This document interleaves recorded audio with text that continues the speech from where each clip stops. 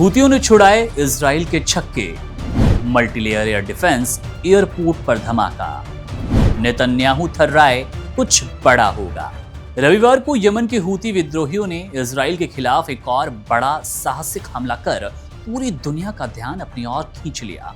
इस बार उनका निशाना बना इजराइल का रमन इंटरनेशनल एयरपोर्ट, जहां उन्होंने ड्रोन हमले के जरिए न सिर्फ सुरक्षा व्यवस्था की पोल खोल दी, बल्कि इजरायली सेना को खुली चुनौती दे डाली। हूतियों ने कई ड्रोन एक साथ दागे, जिनमें ज्यादातर को इजरायली डिफेंस सिस्टम ने देश की सीमा के बाहर ही नष्ट कर दिया। लेकिन हैरानी की बात यह रही कि खतरनाक ड्रोन इजराइल की बहुस्तरीय सुरक्षा प्रणाली को चकमा देकर सीधे एयरपोर्ट के टर्मिनल से जा टकराया। इस हमले में एयरपोर्ट की खिड़कियों के शीशे चकनाचूर हो गए, एक व्यक्ति घायल हुआ और रमन एयरपोर्ट को कुछ समय के लिए बंद भी करना पड़ा। सबसे बड़ी बात तो ये रही कि इस हमले से पहले कोई सायरन नहीं बजा, कोई अलर्ट नहीं मिला, जिससे इजराइल की सुरक्षा प्रणाली पर गंभीर सवाल खड़े होते हैं। और वहीं हूतियों की बात कर ले तो हूतियों की चाक चौबंद वाली बात यहाँ पर समझ आती है, हूतियों की शक्ति समझ आती है, हूतियों की हिम्मत की ओर ये पूरा घटनाक्रम इशारा कर रहा है। इजरायली सेना अब ये जांच कर रही है कि उनका हाईटेक एयर डिफेंस सिस्टम इस ड्रोन को पहचानने और मार गिराने में नाकाम कैसे हो गया। ये हमला कोई सामान्य घटना नहीं थी, बल्कि एक बड़ी सैन्य और रणनीतिक विफलता का संकेत था, जिसने इजराइल की प्रतिष्ठा को झटका दिया।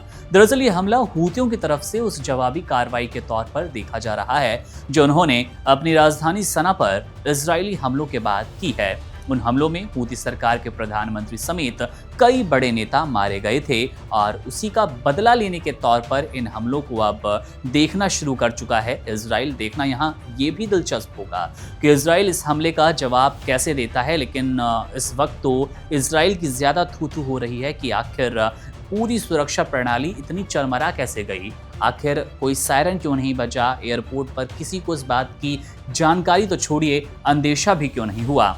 अब इस ड्रोन हमले के जरिए हूतियों ने न सिर्फ इजराइल को करारा जवाब दिया, बल्कि ये दिखा भी दिया कि वे सिर्फ यमन तक सीमित नहीं हैं, बल्कि इजराइल के भीतर घुसकर भारी तबाही मचाने की ताकत रखते हैं। इससे पहले मई में भी हूतियों ने इजराइल के एक मुख्य एयरपोर्ट पर मिसाइल हमला किया था, जिसमें 4 लोग घायल हुए। उसके बाद हमले लगातार बढ़ते गए। हमले की कोई एग्जैक्ट संख्या नहीं बताई जा सकती। हूती लगातार अपनी शक्ति प्रदर्शन में जुटे हैं और इजराइल को आंख दिखा रहे हैं। अंतर्राष्ट्रीय एयरलाइंस ने महीनों तक इजराइल के लिए उड़ानें रद्द कर दी। अब एक बार फिर हूतियों ने ड्रोन के जरिए इजरायली हवाई अड्डे को हिलाकर रख दिया। यह हमला न सिर्फ तकनीकी रूप से बेहद उन्नत था, बल्कि रणनीतिक रूप से भी इजराइल के लिए एक बड़ा झटका।